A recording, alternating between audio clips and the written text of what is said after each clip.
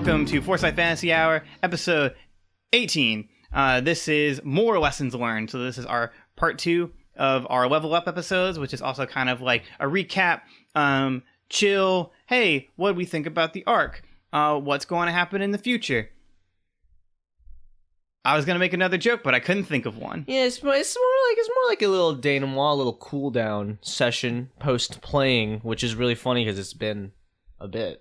It has been, and it was funny because I was listening to the first lessons learned, which, because of how our recording schedules go, was literally almost a year ago. Wow. I don't think I need to use the word literally, but it was almost a year ago. And it was funny just to see how much like we've changed by recording. Oh. And it's been very exciting. Yes. So we have just finished Taking Care of Business. A very fun and interesting arc filled with exciting, thrilling moments, cut puzzles. Cut puzzles. That was a good puzzle. And strange events like falling into the forge and all kinds of stuff. Yeah, becoming took place. artifacts. Yeah, So sort of. cool. So cool. Yeah. Yeah. But, it's like, and I'm still remembering that we left off, being incarcerated. Yeah. Oh. Yes, and We're going to jail. That'll lead into arc number 3. Okay. So I got some notes on going into stuff about this arc. But I'll just start off the bat. Is there any questions that you two have that you felt like weren't like necessarily resolved in Taking Care of Business? I'm trying to think of some. Do you have any? Well, with Roderick. Okay, yeah. Yeah, I did have some questions about that. Sure. And I'll go into a little bit about that. So, what are you talking about when you guys go, like, Roderick going, like, onward, or, like, when you guys fell into the forge? Kind of a little bit of everything. But when we fell into the forge and I had, a vision or a memory. Those visions, yeah. Which was, his memories, really, that I was seeing. I'll be transparent to the audience, too. In episode 17, when it's like there's some solo stuff with me, that was like added in post-production. Right. Now I did talk to both Vicky and Tristan about that, because there were some story elements that I felt like could have been explained a little bit better. Mm-hmm. Someone wanting to do an RPG podcast is not something I recommend you do, but I like want to tell a engaging and compelling story that's easy for audiences to listen to and make sense in stuff that's going on. Like, clearly I have stuff that's planned out, as you will see with especially the next arc. But there are some things that I'm like, oh, it could be done a little bit better. And it worked well. I recently like listened to those changes just because like I was told about the changes, and I was like, yeah, no, that's cool. And then he told me like, yeah, it's like kind of, if I'm gonna get specific, it's at like the 50-minute mark, and you can kind of tell where he switches up like his kind of narrative like speaking code, where he kind of speaks like he's telling the story versus kind of like narrating to us, the players in the game. And it's like it works really well because it's a lot better than trying to cover your tracks and try to pretend that you're still like narrating to us. Yeah. Or trying to say, oh, we're going to have to re-record, this whole section. Yeah. So, and for information's sake, I thought you did a good job. I did too. I really liked the way it turned out. I was super worried about it, like going into it. But to answer your question, Roderick going on forward at this point, like, you guys cannot talk to him anymore. I'm so sad. Because since both Mind Link crowns were fused into both of you, and then later the forge being destroyed, which we now found out will negate anything that comes from that particular forge,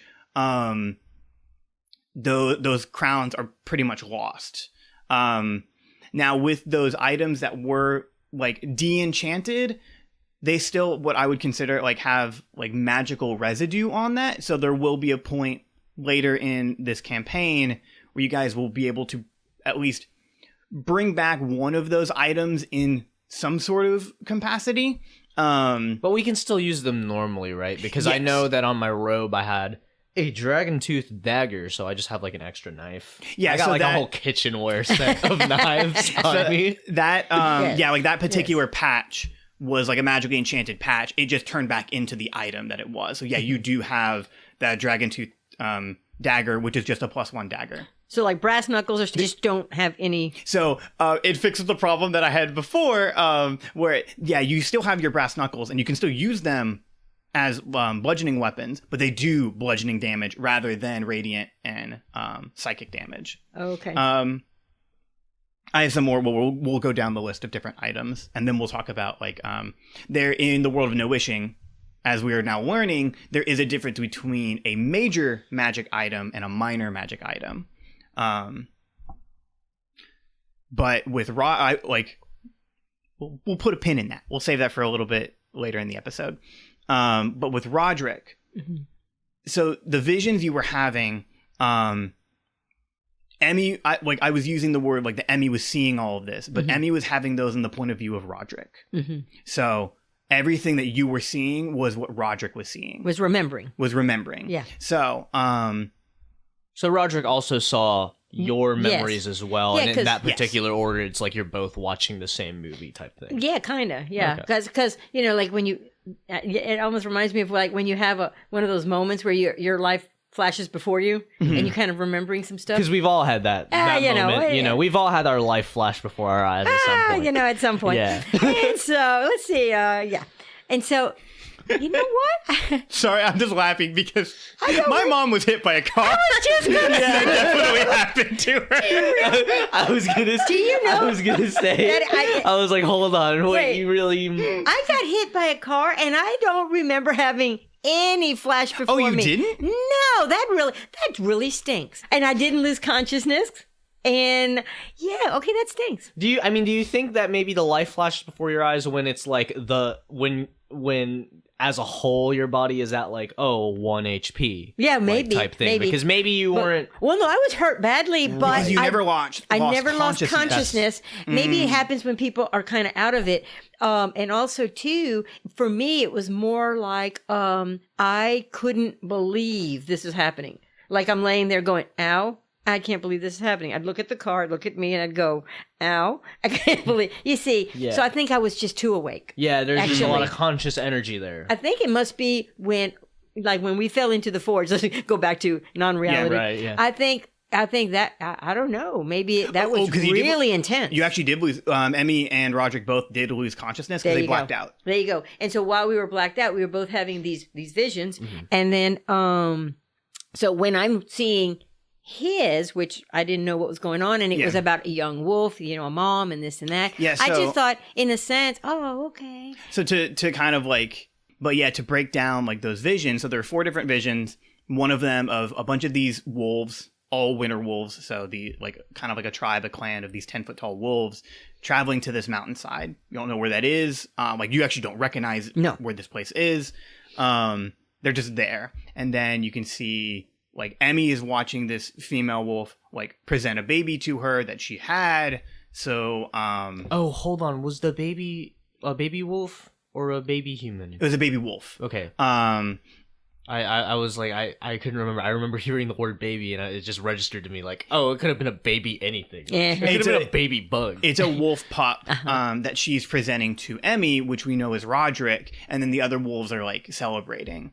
So there is something going on with that. And then the next vision is literally all of them dead. Because everything's engulfed in flames. There is all these wolves that are dead. And then Emmy is watching herself. Again, this is Roderick. I want to use an example from Steven Universe, but I think it's a spoiler. Because it's in Jungle Moon. Well, I've caught up. But for the audience's sake, because this happened. You should just mention it. Just be like, "This is a spoiler." This is a spoiler for Steven Universe. But there's a moment in the episode Jungle Moon, where Steven and Connie are having this vision about the diamonds, but we're seeing it initially from Connie's mom's point of view as one of the diamonds, and then. Steven and Connie as one of the diamonds. So it's really, really weird, but everything that's going on is what's happening in the past. It's just that's how they're processing it. Right. That was honestly a really big inspiration for this scene. Oh, okay. And so with Emmy being taken away by these bugbears and goblins, that's how Roderick made it to Carcass Castle in episode 0, and then the lone wolf in like standing on the cliffside is not Roderick. That is, I needed that clarification. Yeah. So that is not Roderick. So by this point, there's apparently an attack on this wolf tribe. Roderick survived, and then someone else did. Okay. So all right. That's kind of like what you're seeing. Can you ask Roderick about it? No. Because he got the insect wave messed him up, and he cannot talk. Two brothers. Two brothers sing. Okay, but you know how initially, just so I could just communicate with him, we did get crowns. At some point, could we not buy crowns again? Yes, actually. Because the Mind Link crowns were a minor magic item, so that is something that someone created rather than a forge thing. The forge. So I'll go into that. There are items that are created by the forge. An example is your flying armor. Yeah. Your glass shield. Those were taken where an item that was non-magical was combined with something magical. In terms of that goop. So I have the glass shield, and it's just a shield. It's just a shield now. Okay. Before that was a shield that gave you +2 to your AC, which is what shields do normally. But you could use the shield to cast a spell shield, which I think gives you +5 to your AC, and you could have done that like once per day. So that's an insanely good item. Okay. And that's something that like I've made. And the reason it's so powerful is because it came from a well forge, showing that these well forges do something to people that like is exponentially good. And Elliot said this when he was explaining all the different forges. This one is one of the smaller ones. This is one of the weaker ones. Oh my. And so something that like can do all of this, like there are more out there way more powerful than the well-forged design. My HP has been drained. You're telling me there's worse ones? There's worse ones? I have to figure out... We have to figure out a different way to do this. I don't want to be like, all right, Jack. Here we go. Battle.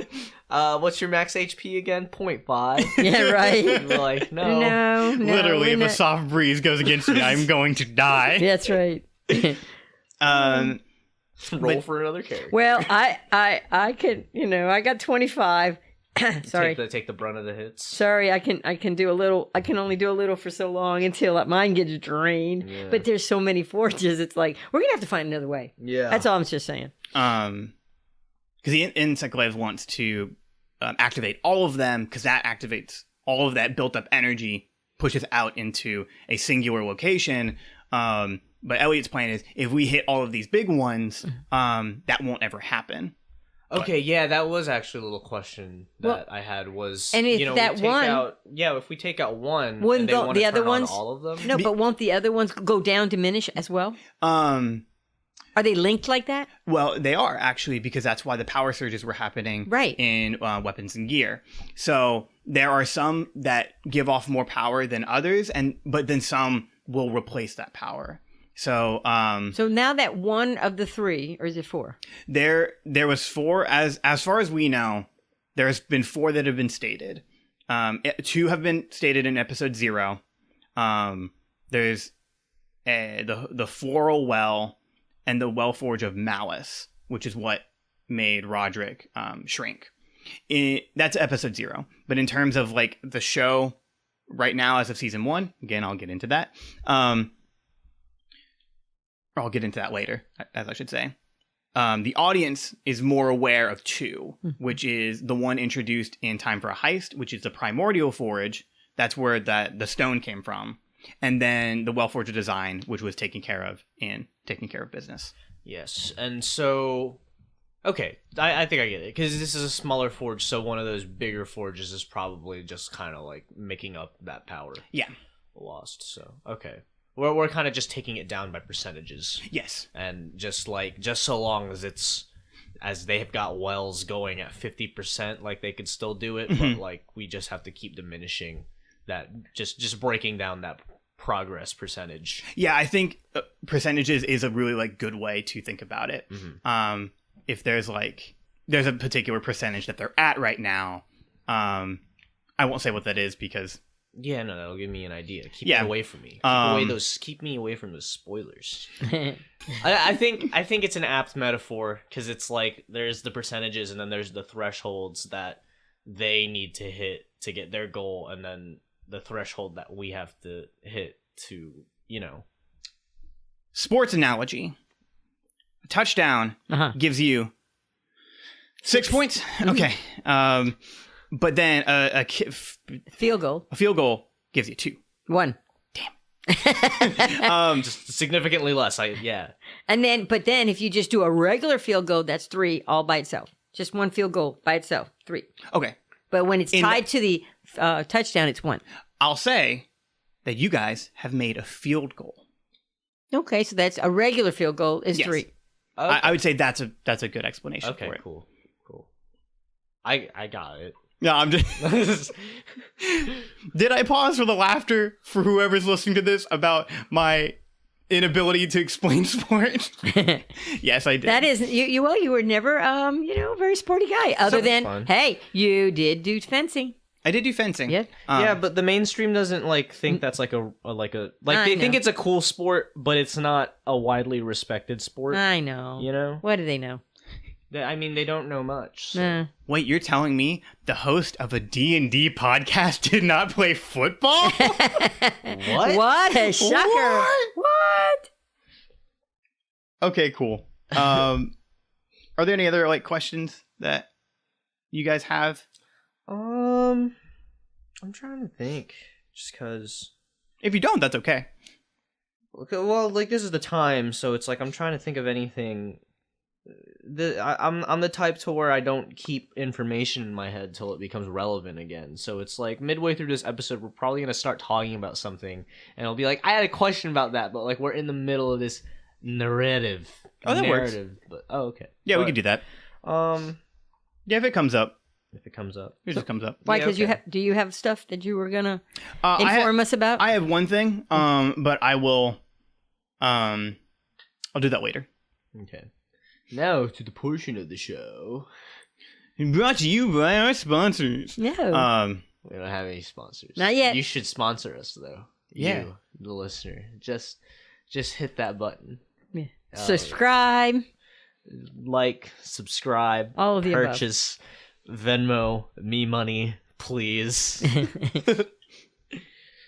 Tristan, I do think that's getting picked up. Yeah. It is. Yeah. I knew it. That's okay though, because my computer just went off, and so while we're doing all that, let's cut that out. Okay, cool. Okay. What are you doing? Stop updating.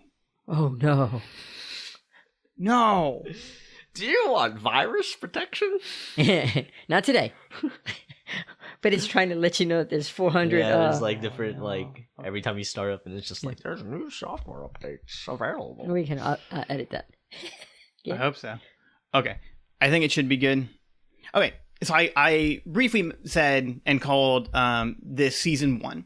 So Forsyth Fantasy Hour is, of course, the RPG podcast that we do.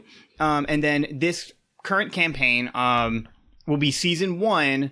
And then after this arc, I would like to move into season 2. I want season 2 to be a jumping point in for new listeners.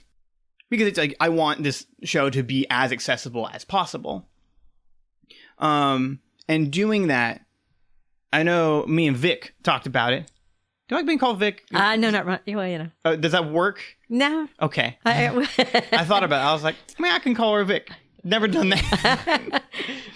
Well, of course, it makes me remember, Longmire. Yeah, that's what I'm doing. Yeah. Oh, okay. Walt and Vic. But no. Is Vicky better? Whatever. Okay. Emmy, hey.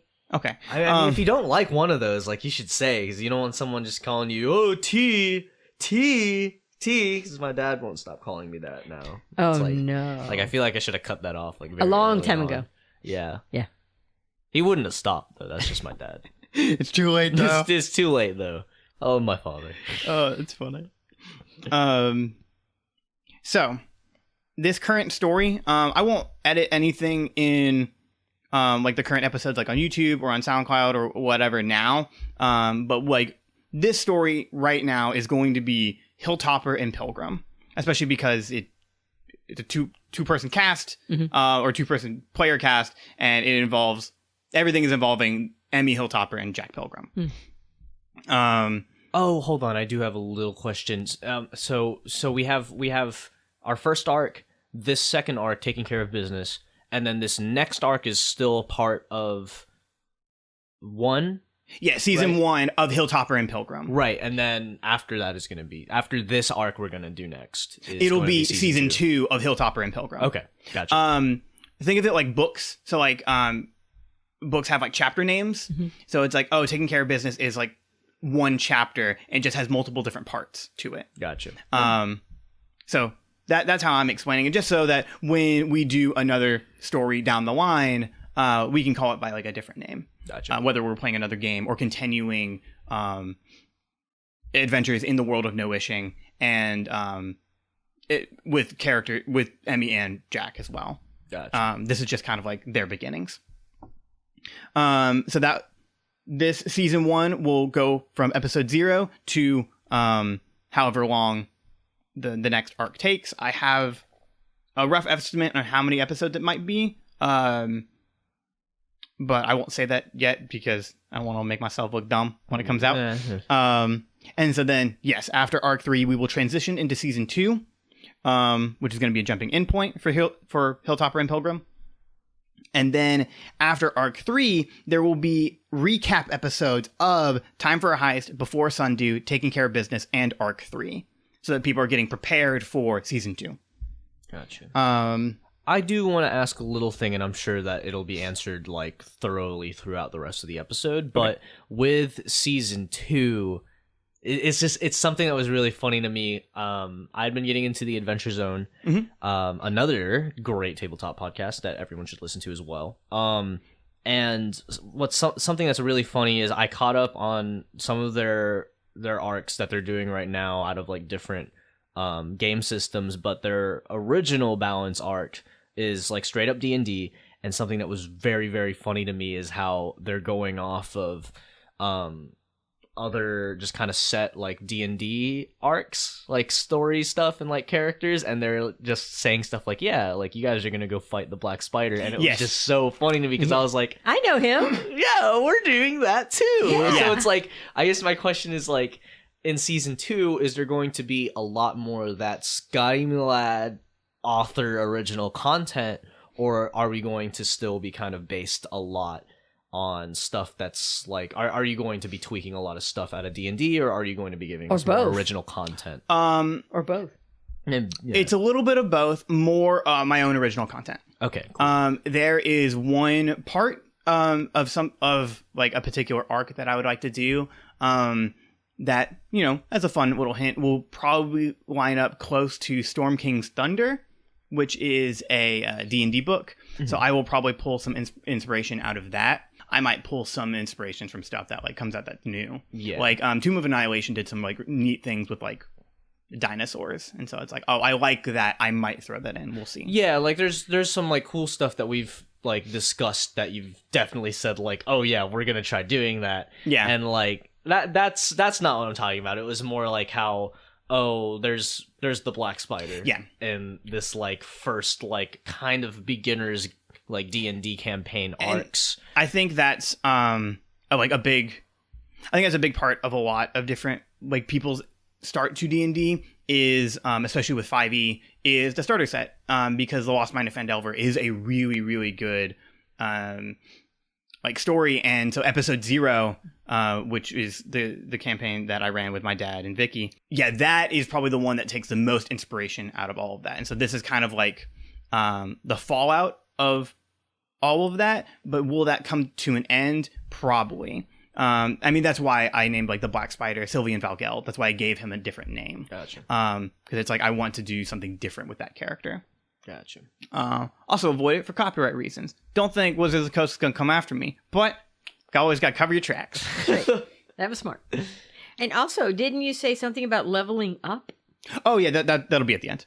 Oh, I was like, I mean, I think we can go into that. Yeah, well, unless you want to go into that now. No, it's whatever. Okay. I'll follow your itinerary.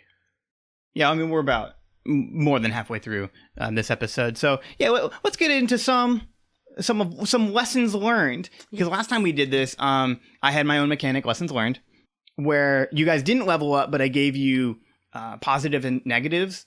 Yes. So those last ones were, Emmy, your negative was you have a disadvantage for charisma saving throws. That was on your last lessons learned. Yeah. And that was due to Emmy being easily overwhelmed. Yes. By things. And I think stating it like that is pretty good, because before we did say anxiety, and I don't want to I don't know if Emmy having an anxiety attack issue is specifically having. Yeah, because I don't want to. I'm not trying to diminish that from anybody who does suffer from anxiety attacks. Because that is a very serious thing. Right. That's not something that we should tell either if no one here has had real experience with and that. So my charisma is at a disadvantage. Your charisma saving throws. Oh, saving throws. So that's Oh yeah, I wrote it. Yeah. Okay. Yeah. So usually when something catches you off guard, or if something really big happens, usually if there's a trap that goes off that you don't see, you would have to do a dexterity saving throw. So if you fail this, it's gonna be a hard push against you. So then that number needs to not even be there. No, it does. Oh. It's just you have disadvantage, so you have to roll twice take the lower number. Oh, okay. So it's a small negative and something that is building off of Emmy's character. But I do just want to I'm just not. I have suffered panic attacks myself, and I know my mom has as well. And I just don't want to. I'm just making sure I'm not diminishing that from anybody who suffers from that, because that's a very serious thing. Right. So Emmy being prone to being overwhelmed by stressful situations and getting to that point, but not having that, I think is important to say. Well, yeah, and it's different for everyone. Some people, exhibit it in one way. I guess what Emmy does is she sort of freezes up. Yeah. So whereas somebody else may be doing something else, what Emmy tends to do is it's kind of hello, what do you want to do? I don't know, kind of thing. She sort of freezes up, and it's because she's so overwhelmed. Gotcha. Yeah.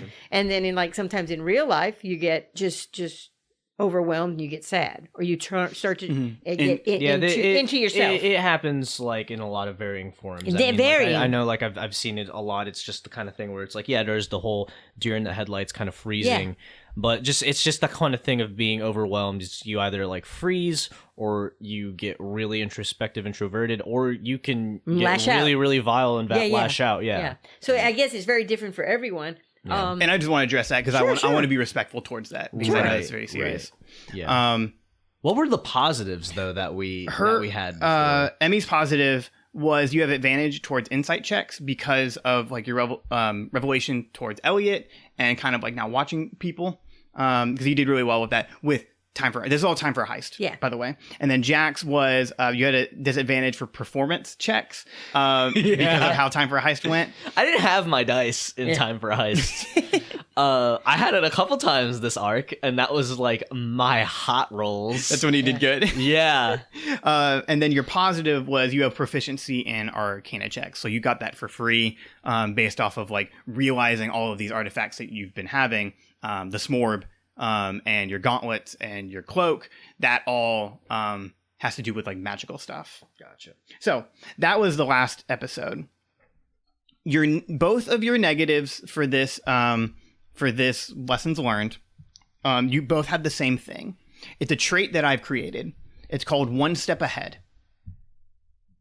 And what happens with this trait is when starting a fight with an insect glaive member, whoever out of the insect glaive is the highest ranking member will always go first against you two. Oh, okay. Because of Jairus's deception towards both of you. Yeah, we truly did lack any perception or insight into anything he gave us, and I feel like you're about to try to apologize for not making it more obvious, and it's just the kind of thing where we just kind of walked in there being yeah, we're gonna do this Mission Impossible action movie. We weren't even thinking that we would run into an insect glaive member at all, So it was just I totally get that, because specifically when at that point, I love that part. Like when we were playing it and listening to it, where it's just like he reveals who he is, and it's just like, I gave you hints, and we're just like, we don't care. Like, so this advantage really makes sense. I felt bad for deceiving you guys so much, hugely. but it turned into a fun story. Oh yeah, it did. Yeah, it worked. Because before we talked about like, what our positives could be, and we kind of like workshopped it all together. We can still do that, but I have both your positives already. And so for you, Emmy, for falling into the forge, you have a +1 to your intellect, and that goes to your intellect base. So whatever your intellect number is, that has increased by 1. So hold on, it's not the modifier, but that small number. Is that Intelligence or because mine say intelligence. Intelligence. Okay. Yeah. I said intellect. Okay. The abbreviation's INT. That is, in which I think you're. Hers is 8 on her paper. Okay, so now it's a 9. Oh, so it's still a minus. It's still a -1. Okay. But because of your time specifically in this forge, and even though the forge has been depowered, that still residual magic has kind of affected you and kind of opened your mind to understanding more things magically and more things technologically. Doctor Strange style. Huh? Yes, Oh. actually. That's cool. Oh. Yeah. Well, that's all right. I love Doctor Strange. I do too. You also gain partial understanding of Winterwolf. So in your languages, you, because of your visions with Roderick and that you guys kind of like shared this whole mindscape thing, you don't know the language, but if it's spoken to you, you can probably catch a couple words, and if it's ever like written, you can catch a couple words. Oh man, I'm not playing Emmy Hilltopper, but I know exactly what you mean with like I can kind of it's that same exact feeling with me and my parents' languages. Yeah, Sure. Yeah. Sure. Where it's like I cannot speak Tagalog or Bisaya, but it's like. But when you're around it, you know what's going on. Yeah, I kind of know what's going on. I specifically pick up on context within the like conversation, and then there's certain phrases, certain words that I'm just like, okay, You're like, familiar with. I'm familiar with it. It helps a lot that these languages are based in Spanish, but it's like.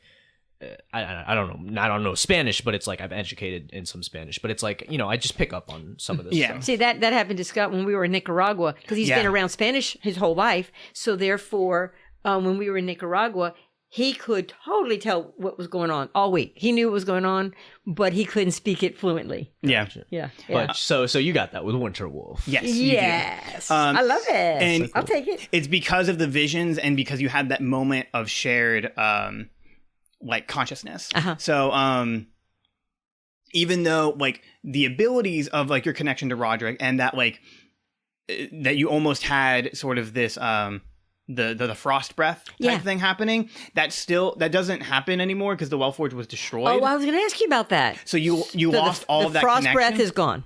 Yes. Okay. But because of like there is this sort of residual presence over you. You're like, cold. We can't huddle together for warmth anymore. You might like experience some like bouts of being cold. But because of the visions, like the visions and your memory do not go away. Okay. So that's why you have like what happened, but you remember those visions. Okay. And that's why you could kind of understand some of the language. Oh, okay, I got you. Retaining the language from those memories. Yeah, because like the ability is taken away, but not the memories. Okay. So just like life. Godly. And so then Jack, your positive is a trait that I call Robotics 101. Yeah. Because of all your experiences with the robots and that you kind of shut down the big lumber Minotaur robot. You can make as like a free action or like a bonus action. We'll say bonus action. You can make a wisdom skill check. So it can be any different skill that involves wisdom to locate a weak spot on any automatons. Ooh. Wisdom skill check. Locate automaton weak spots. Because you were the one who fought like the most robots. And you had the whole moment with Matic and him holding the receiver. Jack did a lot of things with robots, so now he's kind of like, okay, I'm Iron Man. Hey, right? I can catch kind of all of this. No, it's A little bit. I love that whole. Yeah, I take the ladder out and Yeah, right. just through the windows. Try to. That's so good.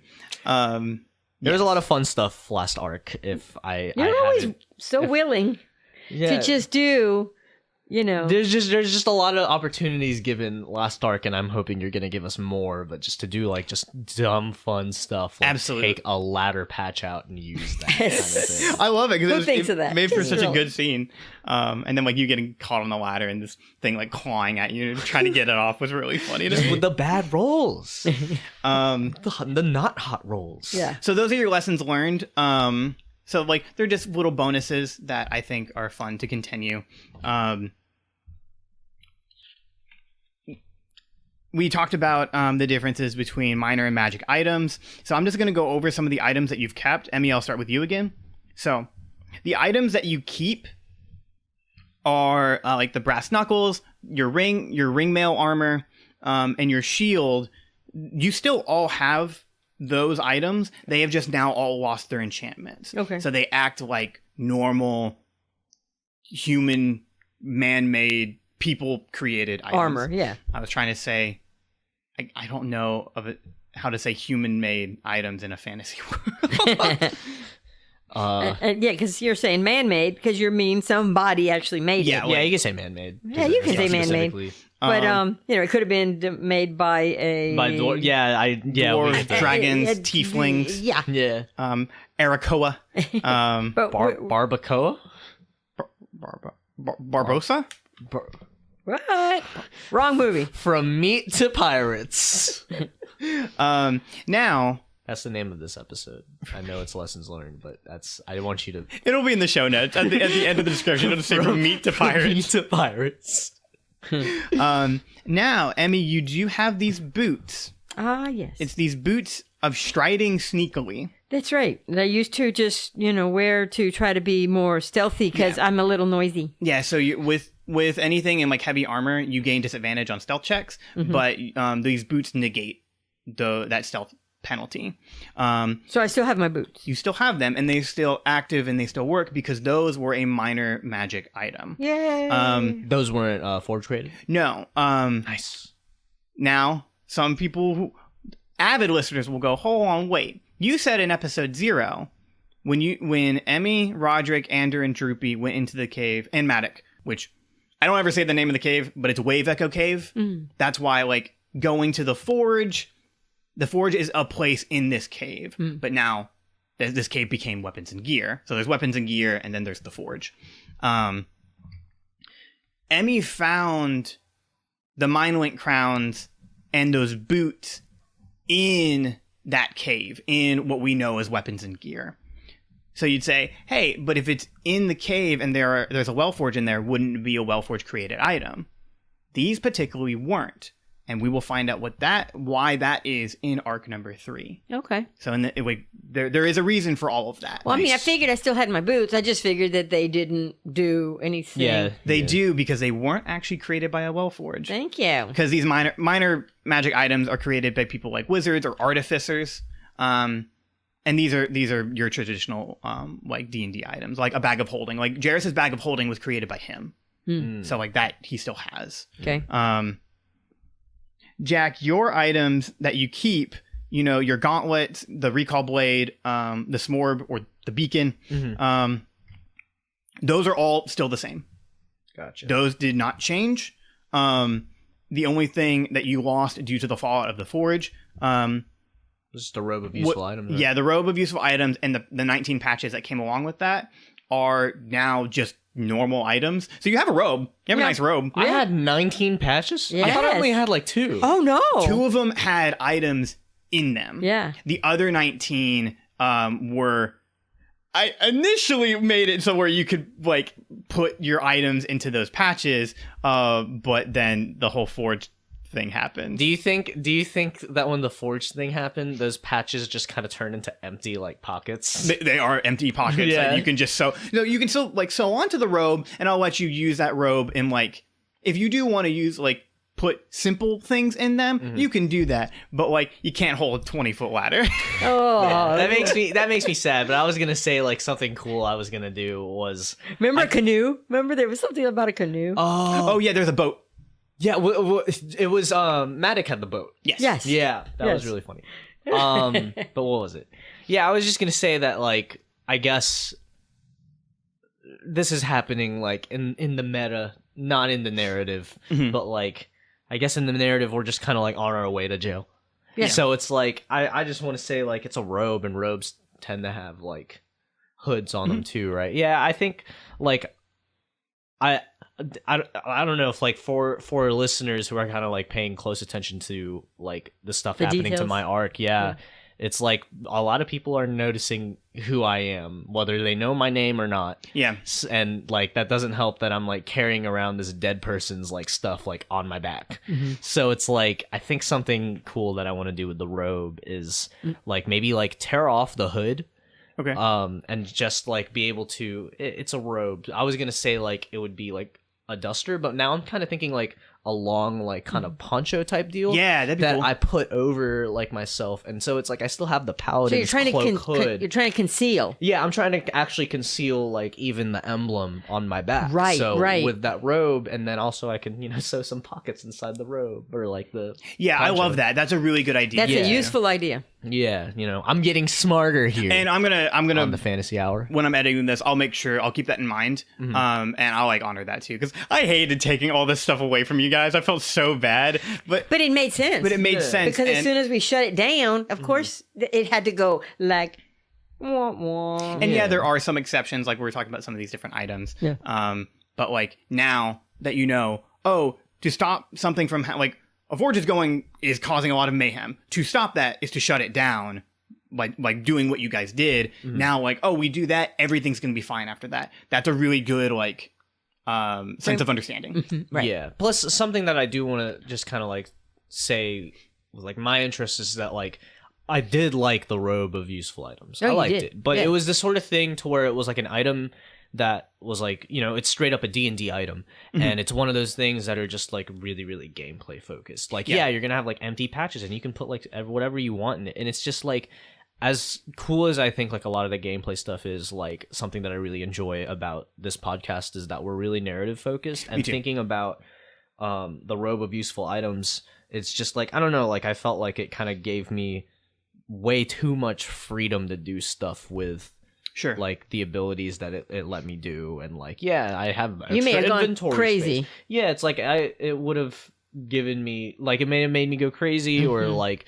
had like audience members would have been like, well, you have the robe, like why didn't you put it in the robe? And it's just like stuff like that. So I'm just kind of glad that we're balancing it. Yes, is what I'm saying. That's good. Balance the gameplay. The other patch that you had was a quiver of, I think I might have said arrows. It's whatever your hand crossbow uses. Okay. So basically, you just have like 20 bolts new or something. Bolts. Huh. Okay. I remember that. I didn't write that down. I don't know. Yeah. But I did also write down that I had a healing potion patch. So like, do I also have a? Healing potion? Shoot! Then that's probably then that's what it was. Okay. Yeah. Because I do remember like there was like a quiver or something, but I don't know. Like. I specifically wrote down healing potion though, so do we want to like change it back to the healing potion? Or... I'll let you pick if you want because we'll do healing potion. Yeah, because I've said in the past I was like, I'm going to be a stickler for ammunition. No, I don't. Nah. Yeah, I was about to say too. I was like, I've fired some bolts and stuff. I don't remember having to take down ammo. Yeah. No. We'll do a soft retcon. Because I genuinely don't remember what I said. I don't either. But we'll say it's a healing potion. Cool. Magically, it turned into a healing potion. Whoa! But it was a healing potion before. This patch was shaped like a quiver, but it's a healing potion? Weird. Well, I got this from Matic, so... Matic told you what it was, but in reality... Yes, he lied. It was a healing potion. There you go. Yeah, he thought it'd be really funny to think of me trying to to arm my hand crossbow with a potion. Yeah. All of a sudden, so He's like, I'm gonna trick him. Yeah. I'll show you. But all your other stuff works the same. We talked about this, I think, off like mic, but I also have the dragon tooth dagger from the robe. Which you said was just like a +1 dagger. Yeah, so anytime you are using that particular dagger, whatever your normal dagger like attack bonuses and your damage afterwards, you add 1 to it. Okay, cool. So it's just a really good dagger. Gotcha. Also your smorb. Your smorb is still the same. Yeah. But it shows 1 forge on the map instead of 2 now. Okay, cool. So it does not show the Well-Forged design. It shows the Primordial Forge. Cool. And I think you still had the Manual of Golems with you because you guys never gave that to Yimrick. The big book that, like, if you read, it like blows up your mind. I know. Yeah. I just didn't write a lot of stuff. That's still the same. Okay. Cool. So that never got changed or any way. Cool. So all this time when he was doing all of this fighting and stuff, he was carrying around this big book. Oh yeah. Well, yeah, but remember we couldn't. That's really funny, actually. Actually, just a huge book. Just think about this. I was gonna say like we couldn't Wait a use minute. the book because none of us were high powered enough. But it was just would've, like killed us. I'm basically carrying like a This huge deadly- Webster's Yes. dictionary. Yes. And deadly weapon all at the same time. Yeah. Because if somebody else were to use it, it'd be like, ooh, we should have done that. Here, why don't you take time to read this, and then watch them go. Ah. Okay, that's something to keep in mind. Yeah. So yeah, you do have this big old Webster's dictionary. That you're carrying around. It's in his backpack though, so Wow. Yeah. still a big book. Okay. I don't do it anymore, but in high school I used to carry like so much stuff on my back. So much heavy stuff, so I know the feeling. Well, But yeah. it's like a constant workout. Okay, that's why you're so strong. Well, that's why I'm so short, really. Yeah. Okay, so that was just lessons learned. Okay. You guys did get experience. Oh yeah. So that means you were both at level 5. Yay! So you both finally reached level 5. That means Tristan, you did gain 2 levels. Nice. And so I will tell you what happens when you hit level 5 for each of your classes. Hold on, can I actually open up to that page in the character handbook? Sure. On my Yeah, go to Rogues. I'm using the D&D app, D&D Beyond, which I have all of the characters for people, and I can easily, like, I'm going to Emmy Hilltopper's character, and I click on level 5. Yay! And it automatically tells me how much hit points she gets and what is added to her abilities. This is not an ad. I am not sponsored by D&D Beyond, but it can be an ad. Hey. I could be sponsored by D&D Beyond. Would you want to do that? Please. Yes, please. Hit all of the links to Scott. Would it be Uncanny Dodge starting at level 5? Yes.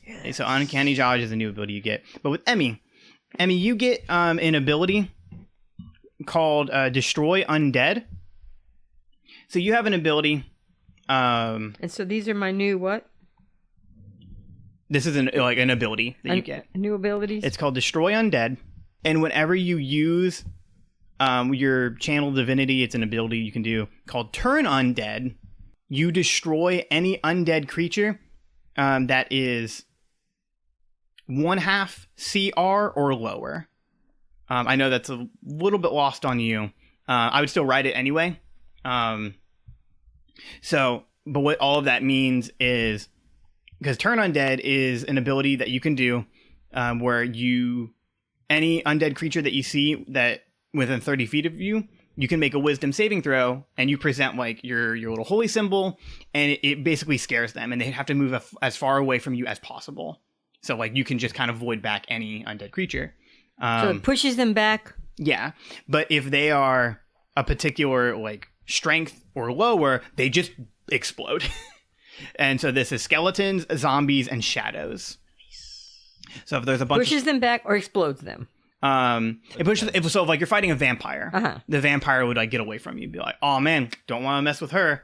like, and try to get as far away from you as possible.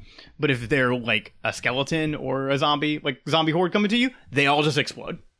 Okay. Just immediately. Nice. I don't. And there's something else. I didn't know if you were finished with real quick. I wasn't with her. Okay. Because let me see. I need to see her hit points.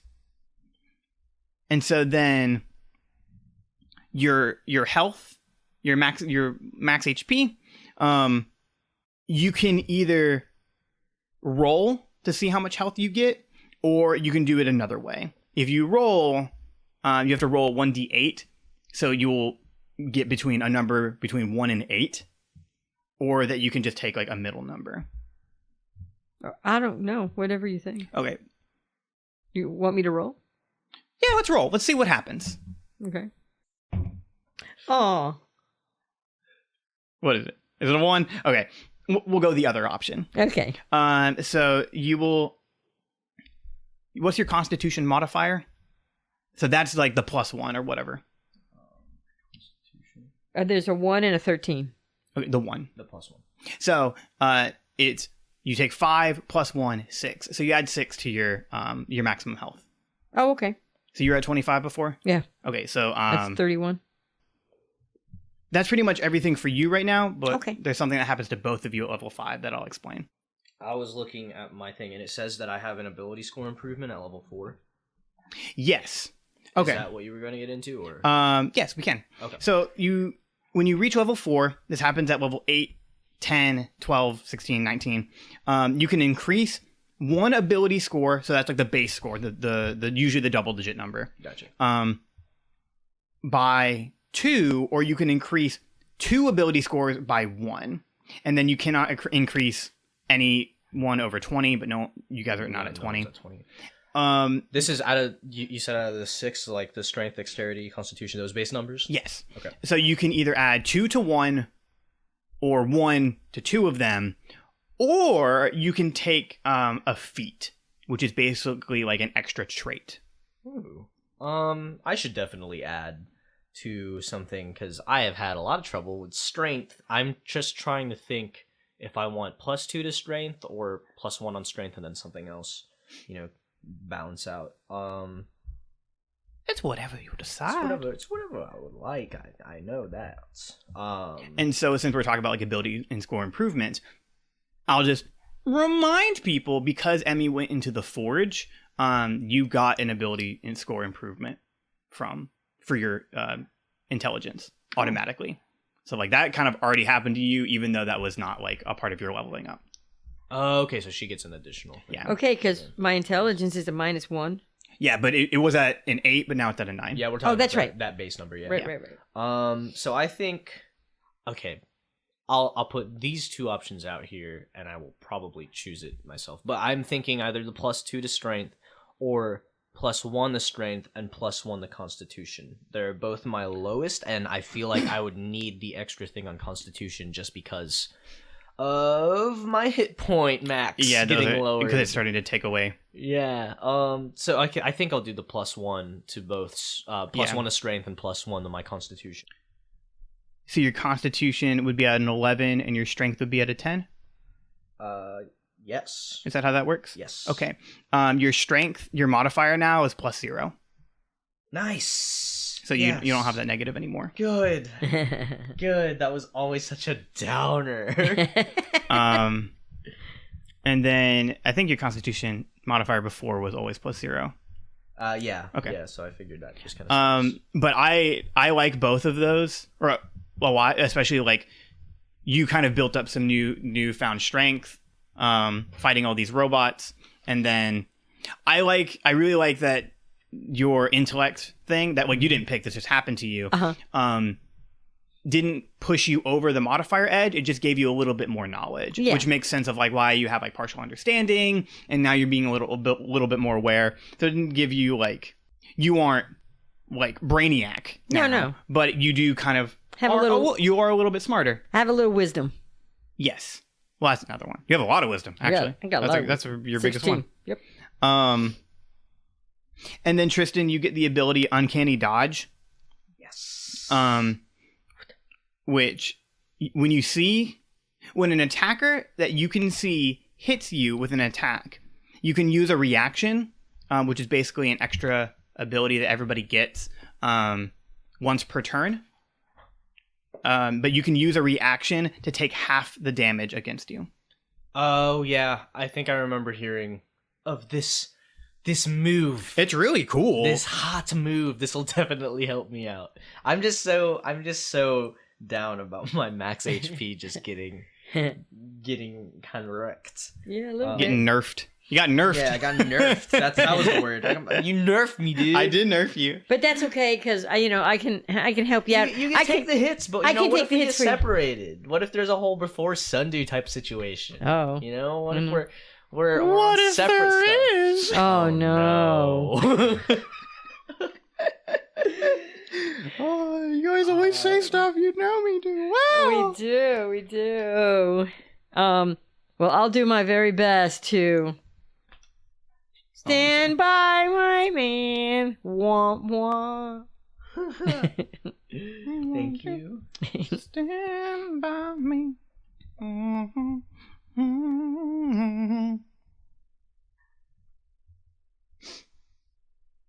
I started doing Won't Back Down, though. That was that melody. Yeah. Which I I think is won't back down. That's Tom Petty, right? Oh, I don't know. I know his last name's Petty for sure. Oh, must be then. You can stand me up at the gates of hell, but I won't back down. I love that song. It's a good I've song. heard that song. Mm-hmm. Yeah, Tom Petty. Tom Petty and the Heartbreakers. There's a lot of classic American music that I just have not heard. So I love soft rock. I'm just not familiar with, just because that wasn't in the cards for me When you were growing up, when I was a growing wee up. lad. That wasn't in the cards that built my deck. And so then Tristan, the final thing with you is your health does go up. What? Because every time you level up, you get more health. Oh, thank goodness. Leveled up twice. So you can do the same thing Emmy did. So you can either do 5 plus your Constitution modifier, or you can try to roll for it to get a higher number. Okay. If you get like a 1, I was going to say. I'm going to give you the 5. Okay. But that's only if it's 1, right? We'll see. Okay. I do want to roll for it, but there's also like, if I just take the 5. You also need to roll twice because you leveled up twice because you went from 3 to 5. Oh, right. So you do get a bunch more health. Yeah. All right. See? It's getting better. Okay. And you don't, in your Constitution, you don't have a Constitution modifier. It's just plus This 0. is 0. Okay. So. Yeah, this is a So happy. it's just basically whatever this number is. Rolling. Oh, my goodness. 8. Oh, did you get an 8? Okay, Yeah. there you go. Yeah. This is like hitting a 20. Hold on, let me write this stuff down real quick. Yeah. That 20. And then you were able to do it again. Yes. So he keeps the 8? Plus 8. He keeps the 8. Nice. If you get a 1, I'll give you a 5. If you get any other number, I'll let you keep it because you just got an 8. So. Yeah. Well, do we want to do that? Yeah. I got really lucky. I kind of want to nerf this. If I get a 1, I want to kind of keep it. Okay. Yeah. Then we'll just whatever the dice is. Yeah. Okay. All right. Good. 4. Okay. Cool. And you had 4. Yeah. Cool. Okay. Good job. So that's 12. So he gets to add 12 to his 15? Yes. Yes. So 27. Yeah, that sounds about right. Okay. I that's what I did digitally. I think the math checks out. It does check out. I won't try to pretend that I did just that simple we're math. not, like, thinking I was right like, no, guys, this is don't even say that. That's simple math. it's simple math, but like, come on. I always overlook the small just left steps in my algebra as a younger lad. I would have just left it at that. Well, but what if it was more? Like, what if the result was more and we all agreed, like, yeah, no, it's 24. Like, then I'd have been like 3 points down, and there'd been listeners going like, it's 27. Yeah, Did you right. ever have that kid in school For sure. who did the whole like, because there's like a logic problem where it's like, oh, 2 plus 2 is 5. And it's like, no, it's 4. It's like, if you do all this, it's 5. Like, it's like a weird like riddle joke, and it's so dumb. Uh-huh. Oh yeah. Thanks a lot, Alex Tramboli. Tramboli. We're not name dropping an actual person. No, I was gonna say, isn't that not a real person? That's not the American. That's from a show. Once again, I'm just full of references. Yep. You remind me of Abid. Aren't we all just encyclopedias cool. of knowledge? So, also, as the final thing for leveling up, you guys both hit level 5, which means your proficiency bonus goes up. Instead of +2, it's +3. I'm trying to find where that number is. Next to I see. It's next to strength. Right here. Okay. Yeah. And so it goes up by what? It goes up to +3. Oh, okay. And that will affect every single number on your page, and so we'll do that off camera. Okay. Wow. But basically, like, your proficiency bonus that you use, like anything that's like marked in, that like you add your modifier, but then your proficiency in it, so you add your proficiency bonus to it. So now, like, you're getting more proficient in the things that you're doing. Okay. All those numbers are going to change. Wow. They just go up by 1, though. Yeah. Don't Yeah, but that's a lot of numbers. Oh, well, I mean... So, like, everything. Strength, dexterity, or just these other ones? The skills. The skills. Oh, just skills, not saving throws. Saving throws, yes. Oh, okay, so just these... Saving throws you're proficient in. Okay. Yeah. Well, we'll do that later. That's a lot of writing and erasing. For me, at least. I know you got it printed. No, he's going to have to just print it out. Yeah, and I can print out yours, too. Please. Yeah. Because I can do that with D&D Beyond. Sponsor me, please. Also, Tristan, your sneak attack is not 2d6 anymore. It's 3d6. That's good. It's very good. Yeah. Dope. Thank you. Well, good. And see, I mean, look at there. So your hit points are 27, mine's 31. See? It's good. It's way better.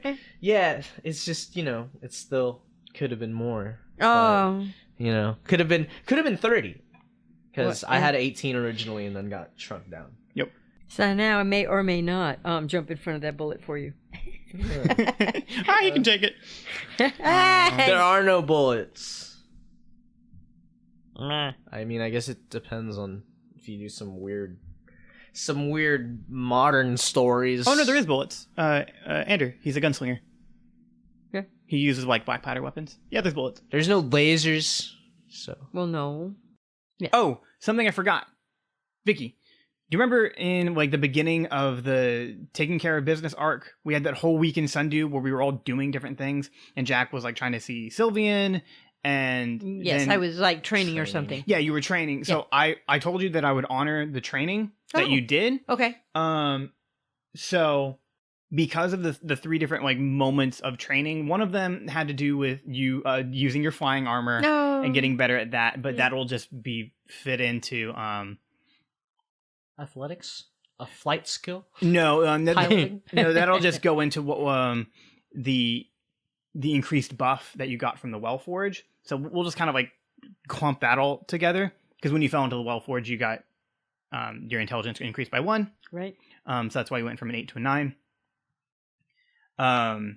The other ones, you were kind of communicating with people in the market festival. Right. So this is a Powered by the Apocalypse type thing, which is another game system.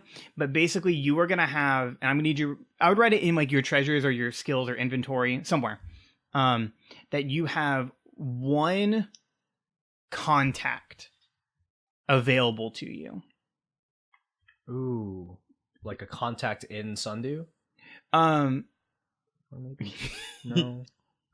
I'm trying to think of where on your. It's not. This isn't like a D&D thing. This is something that I'm doing, so it won't be on your sheet. Oh, but wherever like your inventories or your skills are, wherever you like keep track of your stuff. Oh, your items and stuff. Yeah, but everybody does different things. Right. Yeah. Maybe backstory. You mean where I have my scroll and my healing potions and my... Oh. You have a scroll? Yeah. Scroll of Augury. Okay. I did not know you had a magic scroll. Okay. Manual of Golem. You don't technically have that. I have that. Oh, really? Tristan has that. Yeah. Perfect. Even better. How do you want it? So in... in place of that, write one contact. Okay. So that's basically just going to be, oh, that sound. That's basically just going to be